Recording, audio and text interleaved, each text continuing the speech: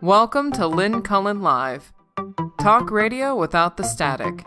Email your questions and comments to lynncullenshow@gmail.com. And now your host, Lynn Cullen. And good morning to you. It's another day in Trump land. Man, I got, okay, headlines of the day. I'm going to do more than one just because they're all on the same page. Now, the headlines generally of the day are headlines that I read and then throw up my hands and tell myself you do not have to read further. It will only upset you more. The details don't matter. They're horrific. Okay, so here are the headlines of the day, all from page 16 of the paper of record, the New York Times. Agency that treats mental illness and drug addiction faces huge cuts. That's one. We have three on this page. Number two, climate projects cut off from $20 billion in grants. And coming in at number three, EPA shutters efforts to ease pollution in poor areas. And there you have it, ladies and gentlemen. Your Trump administration with its big heart at work, throwing the mentally ill and the drug addicted to the side, shuttering EPA efforts to alleviate what are known to be serious pollution problems affecting areas where the poorest Americans live. Because where are you going to put some industry that we know kills people by polluting air and water? Well, you put it where the people who don't matter live. That's it. And the fact that climate projects, like what would those be? Projects concerned with the fact that the climate seems to be changing and having incredible impacts on all humanity and other living things. Yeah, so what? $20 billion worth of grants for efforts trying to determine how to get a handle on it or deal with repercussions. Gone. And why all of this? So that gazillionaires can get more money. I mean, who can argue? It'll be a little painful, we've been told, but in the end, the result will be apparently wonderful. Lest we think that this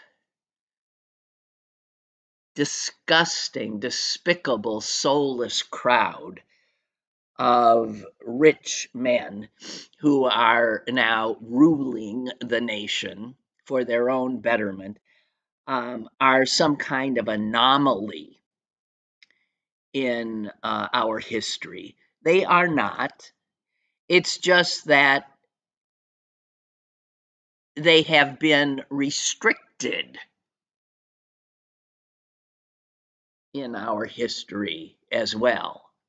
And if they are not restricted in these times, then all is lost. But just to show how the mindset that they bring, this idea, which is so obvious, from Elon Musk especially, that they are smarter than the rest of us. And the fact that they're smarter is evidenced in the fact that they've got all the money. The idea that wealth equals somehow brilliance is a sort of foundational belief for these guys. No matter that their behaviors exemplify the opposite. So I came across a quote from a former Pittsburgher, actually, but one who became very famous by virtue of his wealth and perceived brilliance, certainly entrepreneurial brilliance.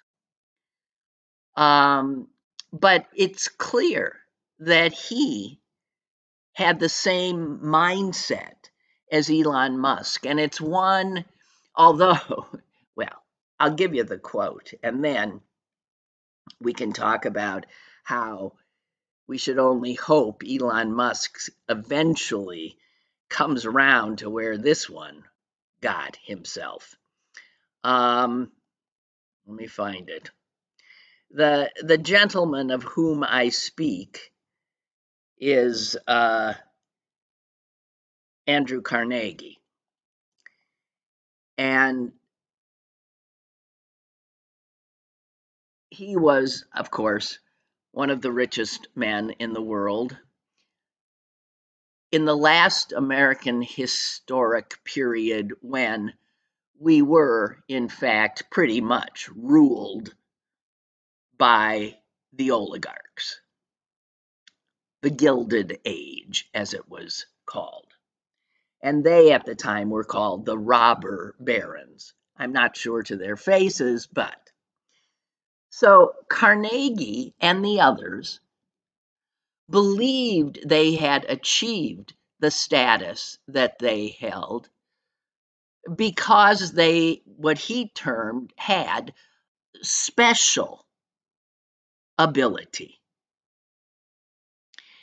And they firmly believed that anyone who suggested that there should be some fair kind of distribution of the wealth of the land was obviously an anarchist or a communist or a socialist, which, of course, is exactly what our oligarchs and the Republicans today call anybody who suggests that the income inequality in this country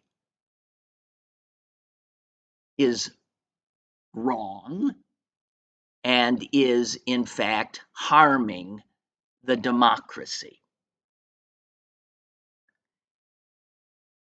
Carnegie thought the exact same thing, and he said anybody suggesting that the people with special ability, like him, holding the vast wealth they held, was somehow wrong, these are his words, are attacking the foundation upon which civilization rests.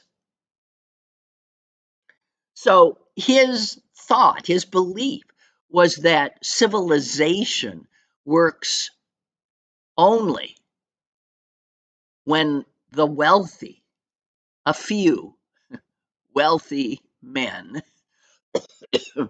ran the world.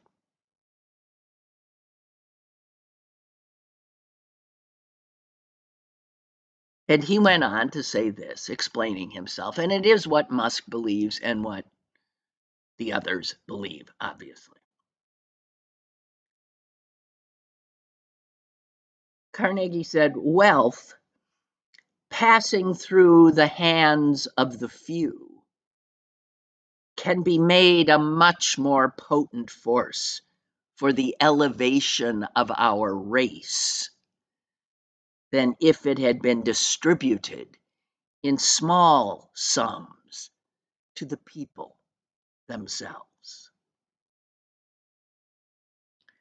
The idea that all people should have some money, should reasonably have money,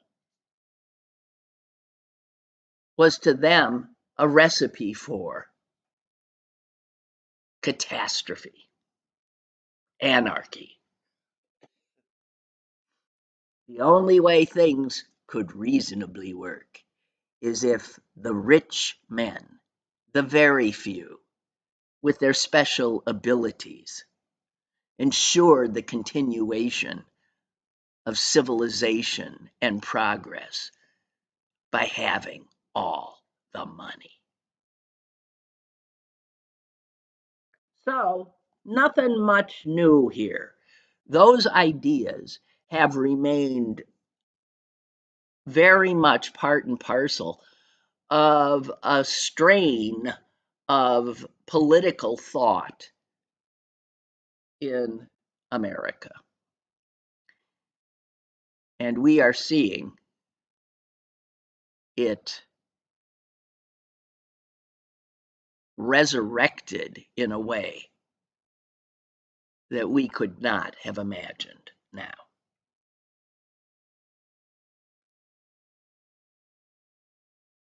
Looking at this administration, the push pull, the here it is and there it goes, the tariffs on, tariffs off, the chaos. That's one word for it. The incompetence is breathtaking.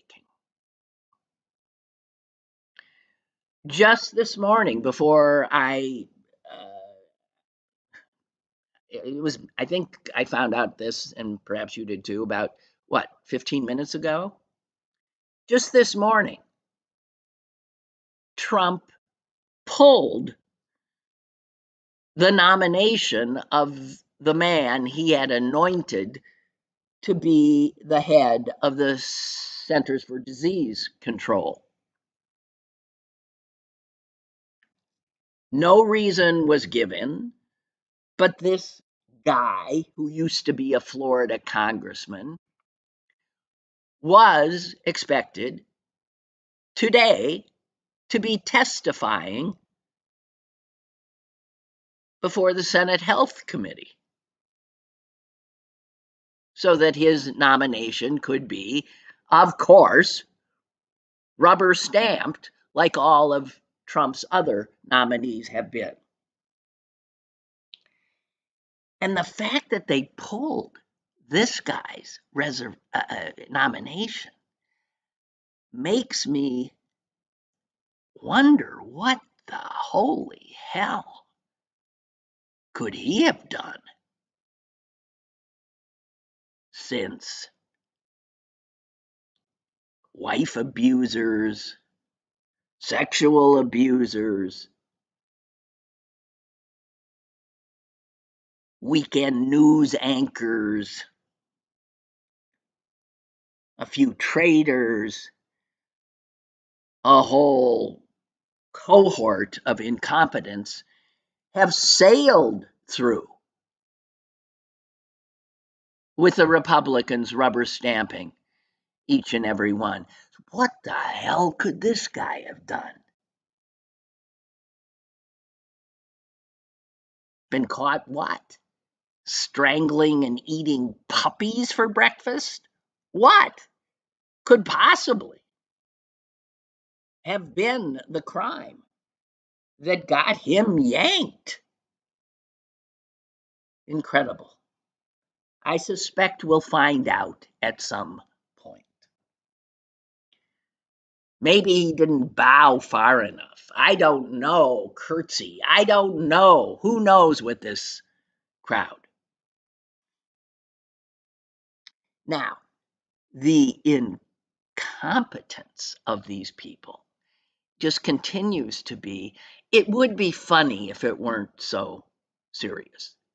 it would be funny. It's if you're a writer for Saturday Night Live now, you don't even have to. Notoriously, I guess they work their tails off getting shows together. They must be sleeping really well these days because the Trump administration is writing the shows for them. Cases in point. As you know, federal workers who still have jobs, those who have not been fired, have been ordered to go back to work. No working from home. Not that when they were home they weren't working, but it's been decided that they have to show up at the workplace. Well, turns out that this has created a lot of really funny stories. God knows how many. I'll give you just one or two. A remote worker at a federal scientific agency was told to fill out a request so that she could find a place to actually go. It's called a space match that they've put out, since a lot of these workers did not have a desk. They worked at home, and that's now verboten. So she was asked to fill out a form so that they could match her with a proper place where she could go and sit and do her work instead of being at home and doing her work. So when she completed the information, this was done online because it was some wondrous thing that probably Musk and his boys had come up with, some internet thing using AI or who knows what. So this remote worker for some science agency enters all the information into it, and she was told that there were two offices where she could, in fact, be expected to report now to work.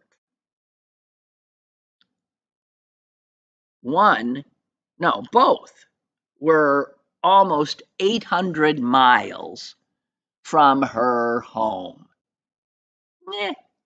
A slight, maybe, inconvenience. And in fact, when she looked at these places, 800 miles from her home, they did not seem to be federal offices at all. One, in fact, was a private home in a 4-unit building. The other was a building in an industrial zone that appeared to host support groups for people dealing with alcohol problems. Well, don't worry, whatever that program is, as we found out earlier, is probably not in existence anymore. But so there again, just wanting to underscore the extraordinary competence of the Trump administration. One more case in point in this regard.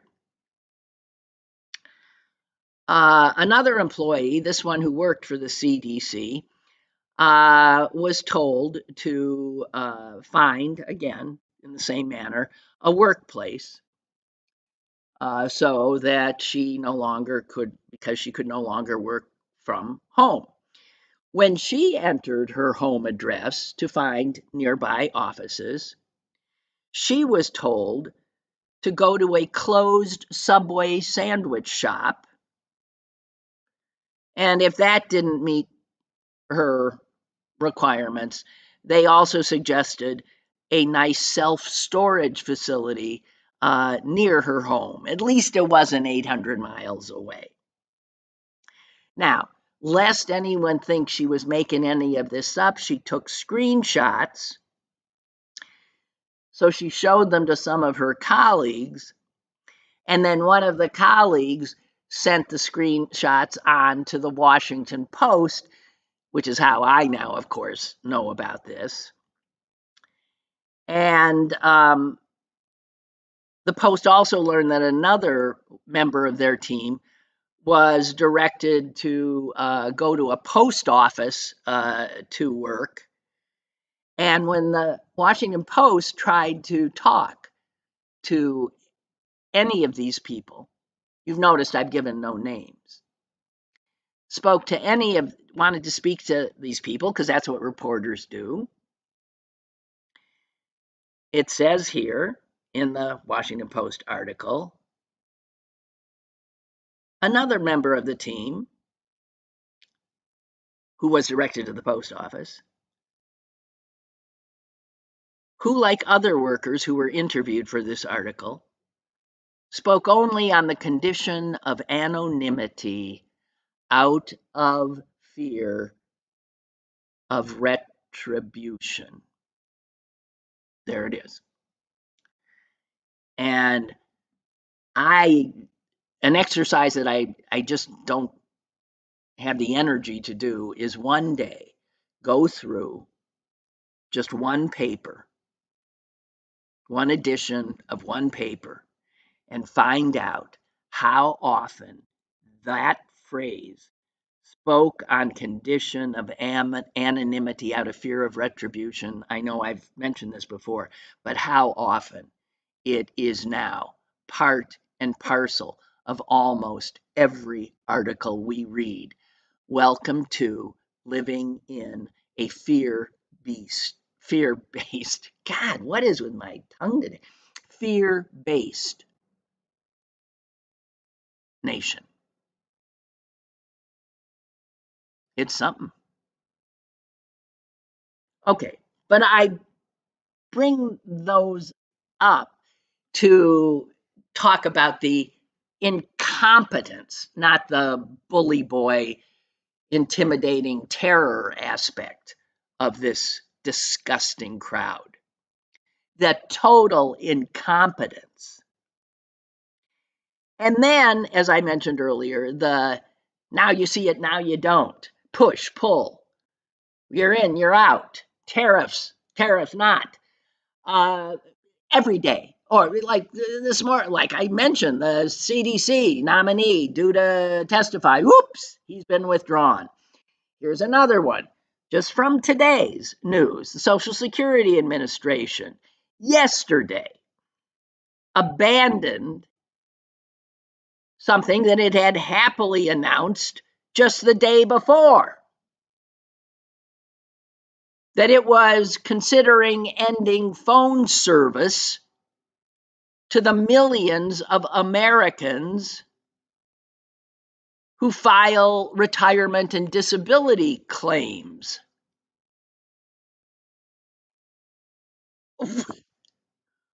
What?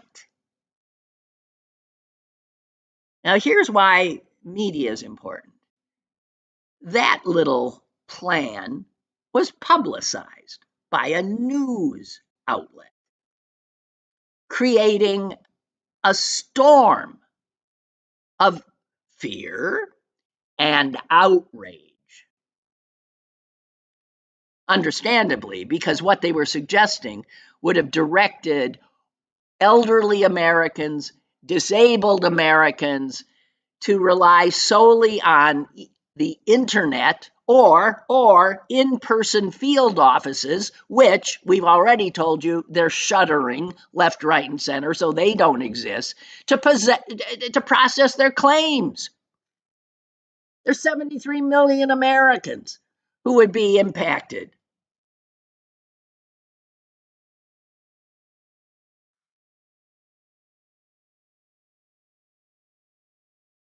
Incompetence of such massive proportion,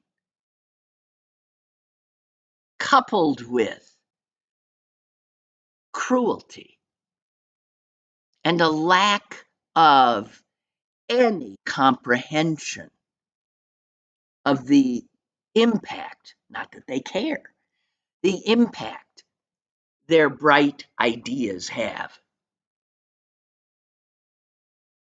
on people, living, breathing humans, without a few $1 billion of resources at their fingertips. Here's another. Now you see it, now you don't. Incompetence beyond measure. Today, it's been reported that, all these murderers, rapists, detainees that were in a big show you saw on your television screens flown off to Guantanamo because they were too dangerous to keep in the country. Remember that one? Guess what? They've all been flown back. Yeah, I guess last night. They're back. Not so much big brouhaha about it. I don't see Trump making a big to do about all of a sudden bringing them all back. You better warn the folks in Louisiana that now they're there.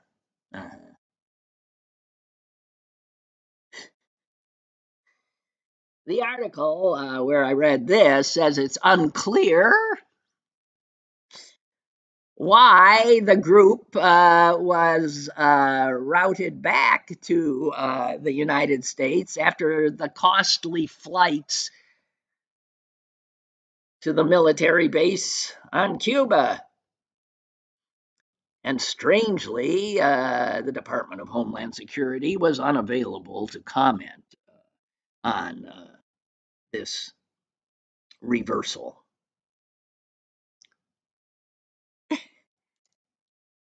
And then we have this, a sort of a similar to the fear of retribution reason for not being able to find anybody to talk. The defense official that apparently this reporter talked to spoke on the condition of anonymity to discuss ongoing operations. And there you have it, folks.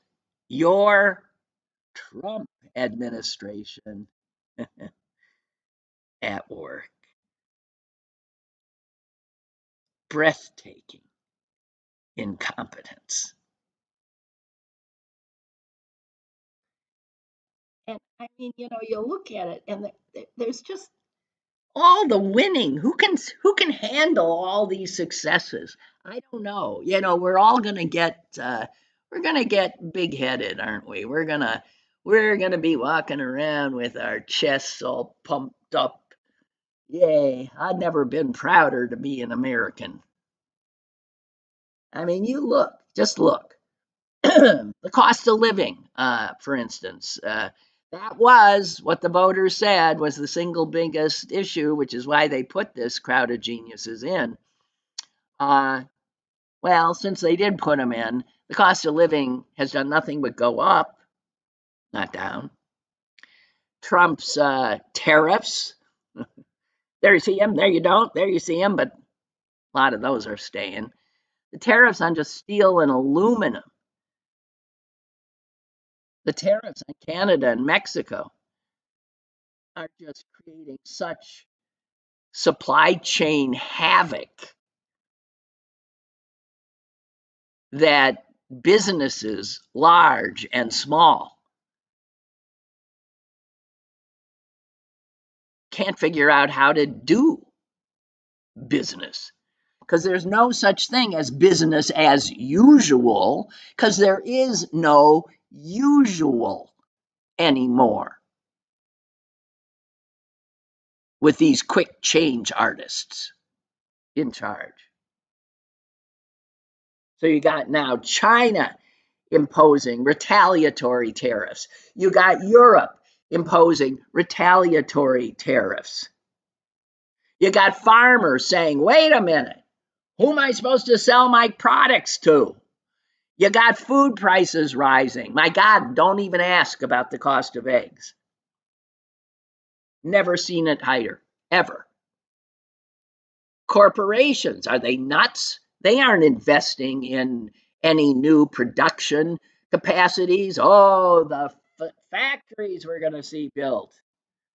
There are no additional jobs or equipment because the chaos that Trump and Musk are creating makes it impossible for them to make the kind of decisions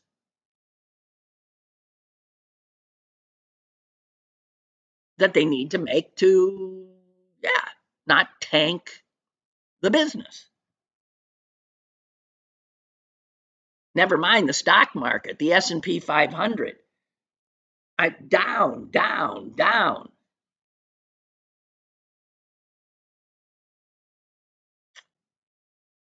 Well, so guys, I'm not telling you anything you don't know, but when you start just looking at it,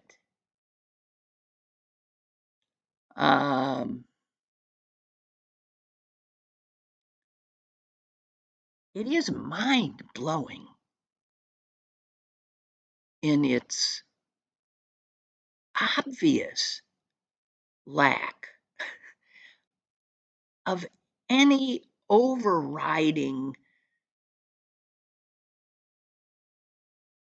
end game or policy other than to destroy a government structure that Americans built up in the last 100 years, and which they are now destroying in a matter of months. And to what end? To what end? They say it's about what? Fraud? Show us the fraud. I can't remember the last time I read anything that turned out to be true about fraud. I don't for a minute think that there is not waste in our government, wasteful spending, I am sure. But you don't fix that by taking the whole thing down, just dynamiting it. That creates a much larger problem and even greater opportunities for fraud. And when it comes to fraud, when it comes to illegality in our government, look no farther than this crowd who flout the law, break the law every other second. It's almost as if they don't know how to operate without acting in an unconstitutional or illegal manner. I mean, this thing that happened the other day at the U.S. Agency for International Development, I still find it difficult to comprehend why that turned out to be their poster child and why they went after it as they have and just destroyed it. But I read the other day that the people who now head it, and it's technically under the State Department now, Marco Rubio, that they were all told Tuesday. Well, they were told. The people who run it told the what? 2 or 3 employees who still remain? Because 80% of them are gone. They told the remaining employees to destroy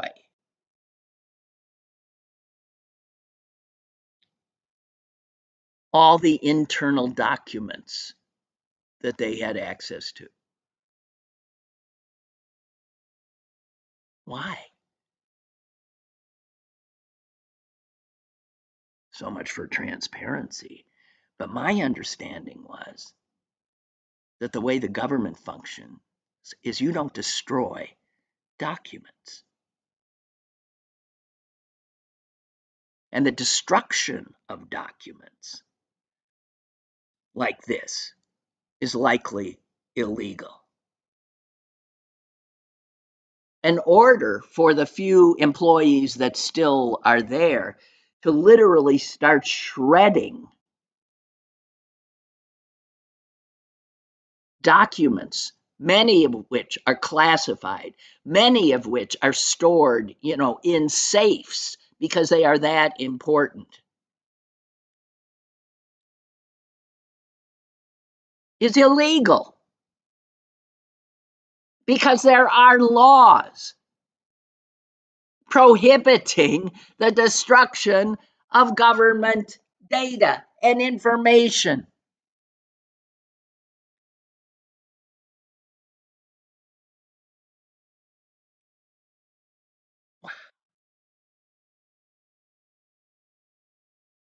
They're crooks. And then last night, I'm trying to sleep. What a joke. And my brother sends me this. Have you seen this? Well, it turned out I had not. Maybe you have. It is a story that CNN broke about a Trump employee. As a matter of fact, she is one of the people who talks to the media and explains the brilliant workings of Doge, of Elon Musk's crowd, and defends them. That's part of her job. She is at the Office of Personnel Management. Her name is McLaurin Pinover. On the same day that her agency sent out a government-wide memo telling federal officials to swiftly, this is the quote, terminate poor performing employees. She was taking videos of herself in her office in her attempt to become a fashion influencer. I kid you not. I'm looking at the photos. Hashtag DC influencer. And she has an Instagram account that links to a site where anyone who really loved what she was wearing could buy the $475 skirt that she was wearing, and then which she would then get a kickback from. This is a woman, part of the crowd, throwing hardworking people out of work, using the lie that they are not doing their work, while she is using her government office for personal benefit, personal profit.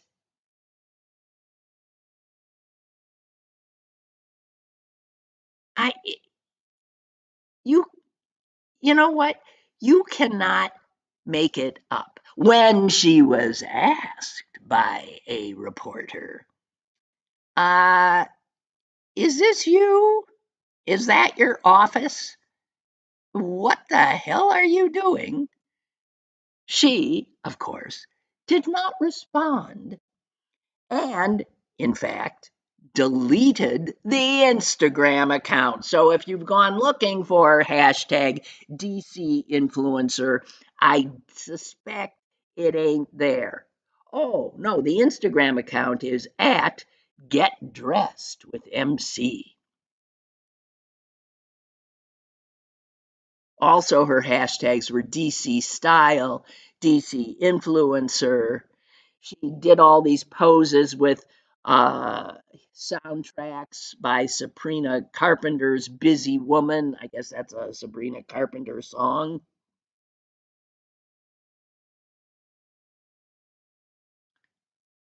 Un-effing believable. a former OPM communications staffer who asked not to be named out of concern for retaliation, Jesus, told CNN, I saw this and I was like, are you kidding me? That's my office. She's a spokesperson for the agency that's advocating for the firing based on performance and efficiency of the rest of the government workforce? And she's using government property as a backdrop for her influencer videos?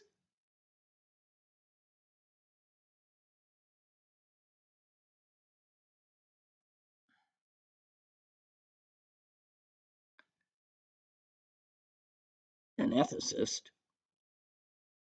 said this: it is highly problematic that while dedicated servants, civil servants, who want to work for the government are being fired for all manner of dubious reasons, or are being forced out by this administration, that somebody, the agency, at the agency that's leading the attack on the civil service, is using her government job for private gain.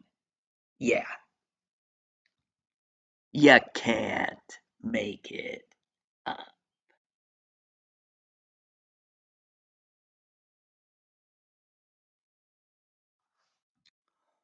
Guys.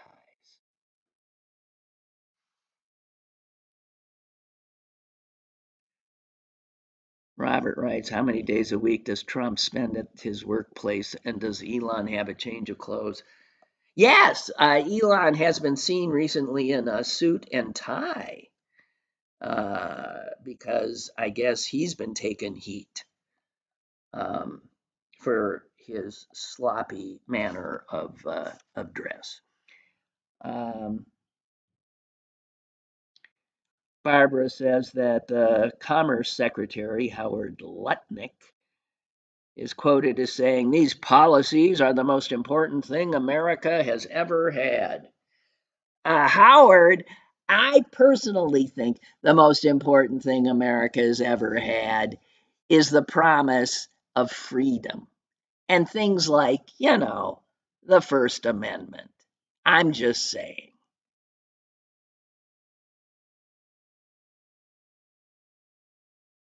Yeah. Yeah. Sean. So Sean says, yeah, it's like Musk and Trump selling Teslas on the White House grounds yesterday, and this woman selling the clothes off her back while firing federal workers supposedly not doing their jobs.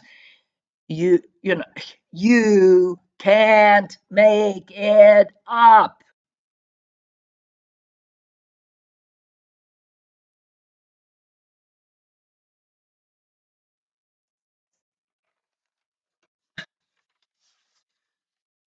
You can't make it up.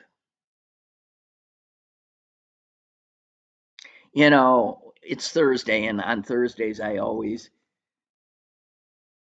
get a little freaked out because it seems that invariably on Thursday afternoon some other unbelievable horror occurs, or and then Friday, Saturday, Sunday, yay, so that by Monday I'm still reeling.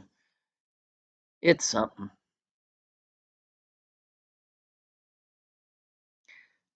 I see a quote here about Canada.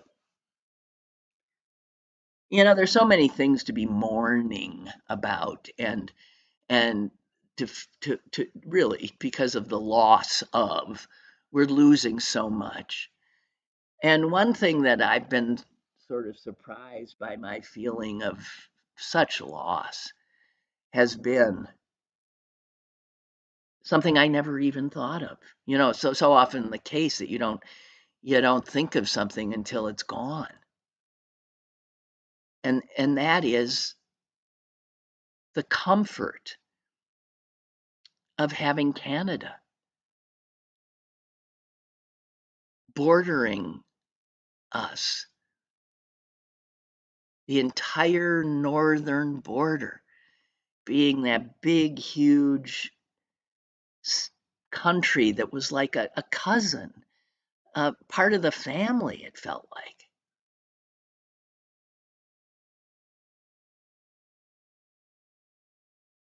You know, you couldn't, so much a part of the family that if you put a bunch of Canadians and a bunch of Americans in a room, you'd be hard pressed, just talking to determine who was who.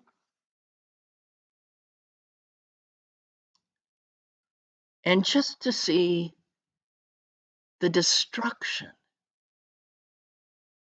of that relationship. One of the things I thought I would never in my life see.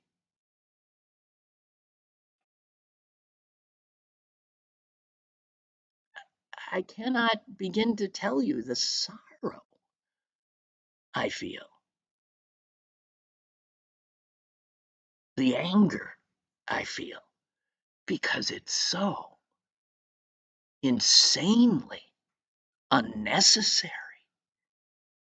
They've done nothing to us but be steadfast friends.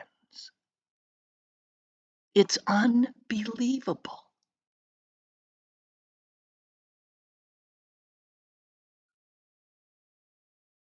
And it was never, did he talk about that when he was making his run? Would Americans have voted for him if he knew that he was going to go after them? For what?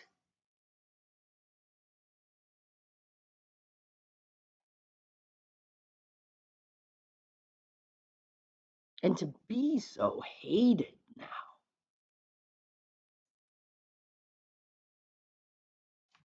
It's awful. It's just fucking awful. So I saw that he said this, Trump. Yeah, Tuesday. The only thing that makes sense is for Canada to become our 51st state.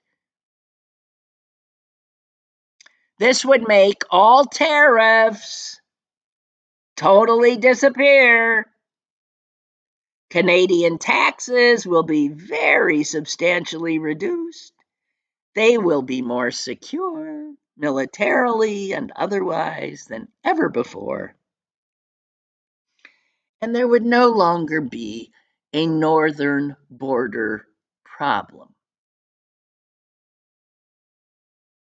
What northern border problem?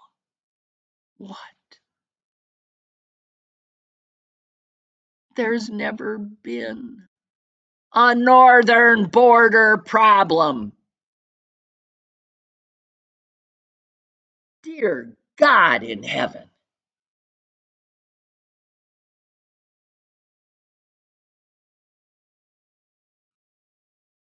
And Canadians, God bless them, have like pulled together.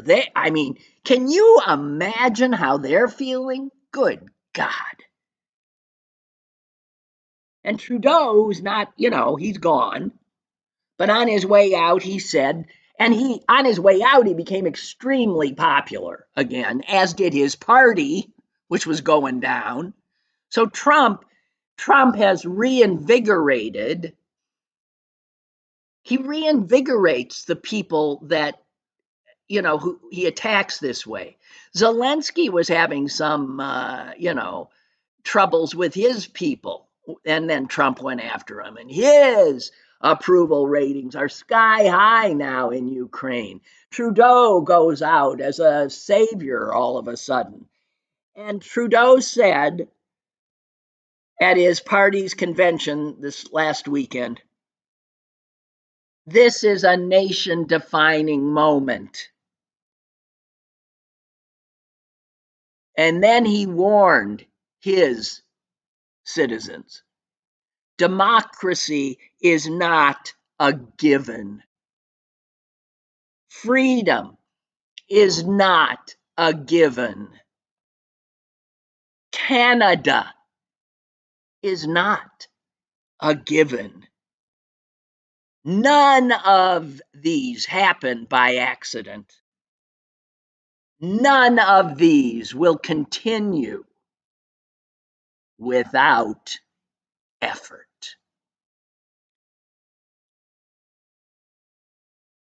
So Donald Trump has given Canada and Canadians a fierceness to protect their nation, to protect themselves, because they now perceive, and I cannot blame them, that they've got a big southern border problem that is not of their imagining, unlike Trump's northern border problem.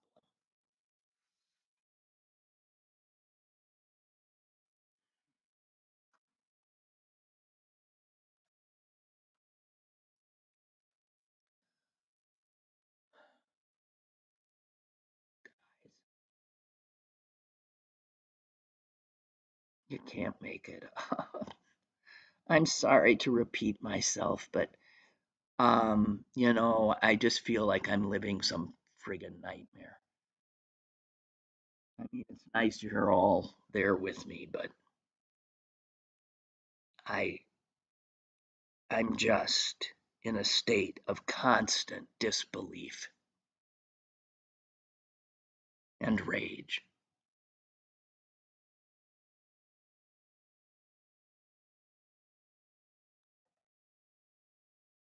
Old people like me worry about flu more than some, and I worry every year about it, and I always, quickly get whatever flu shot they've come up with. And I just want to tell you that I'm already worrying about, even though we're months and months and months and months away, I'm already worrying about the flu because, we are not going to have a flu vaccine that has gone through the same rigor that they have in the past. And it is for many reasons, but a biggie is not just having Robert F. Kennedy in charge of our health and vaccines, but but also the fact that Trump pulled us out of the World Health Organization. One of the first things he did. And why would that matter? Well, it matters because it is the World Health Organization that is essentially in charge of gathering the information necessary to create a response to all emerging global health threats. And the flu every year is one. Now, um, there's a lot of them going on right now. We were very involved in a lot of these things.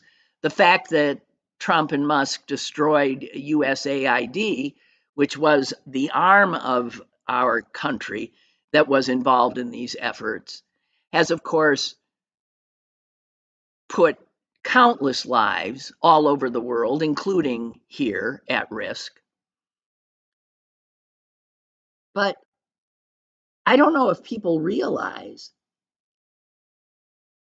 that the FDA, I think it was last week, canceled a meeting where every year, forever, the people in the know get together and begin to figure out what next season's flu vaccine will contain, what composition, because the flu mutates.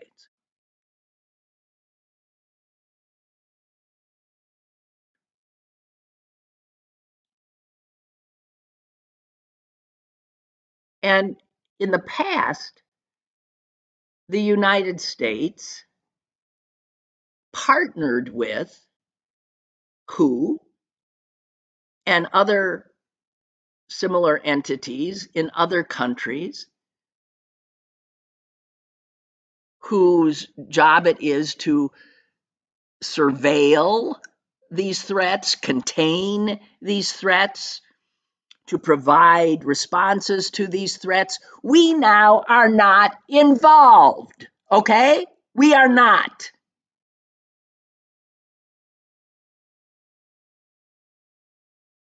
And this year, and in the future, Americans are going to have to sit around and wait in terms of getting flu vaccines until somebody at WHO, the World Health Organization, downloads whatever recipe they've come up with for the shot.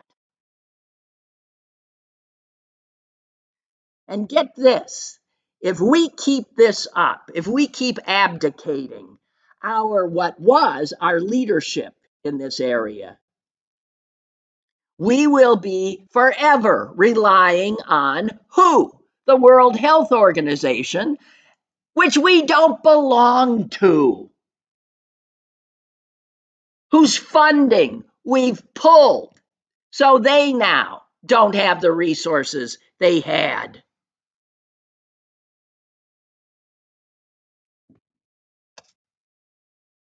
Are we feeling safer?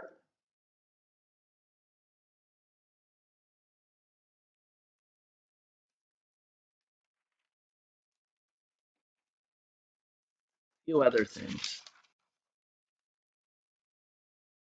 are pulling out.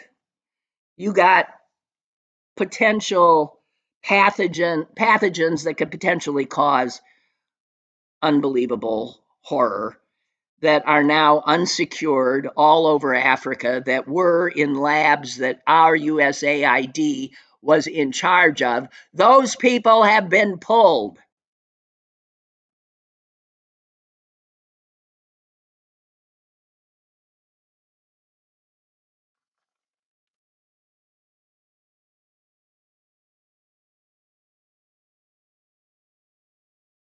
And people who say, well, I hear there's some kind of outbreak in the Congo, there's Ebola in Uganda. So what? Well, so what? If you haven't noticed, diseases travel. They make their way in this global economy and with airplane travel. Diseases make their way even to us. Where did COVID come from? Now we're sitting on this bird flu and doing not much. And again, Robert F. Kennedy is in charge. The last time I looked, the CDC is now conducting a study whether vaccines result in autism, something that has been debunked by 500 million studies in the past. Instead of getting a flu vaccine, instead of bird flu, instead of all of this, that's what the American Trump CDC is doing. And I end with this. Bird flu is spreading in this country. It is spreading to cows. It is spreading to pigs. It is spreading to cats. A virologist looking at this is quoted as saying, "This is the stuff of nightmares." And William Falk, the editor at The Week, says this: lest we forget, Trump's first term ended in a nightmare,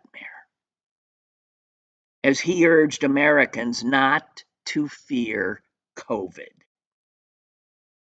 And hundreds of thousands of people who trusted him needlessly perished.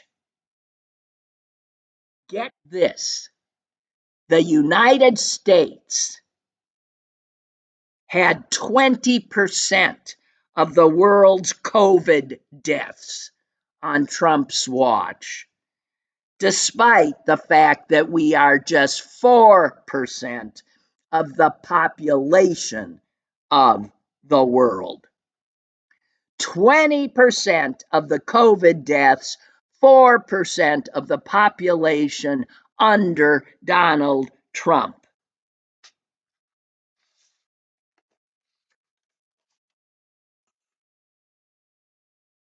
Nightmares. Sorry. But I didn't do it. I'm just living in it like you. And frankly, trying to stay alive. You do the same. Lynn Cullen Live, Monday through Thursday from 10 a.m. to 11 a.m. and archived at pghcitypaper.com. The opinions expressed on Lynn Cullen Live are those of the host and do not necessarily reflect the viewpoints of Pittsburgh City Paper or its advertisers.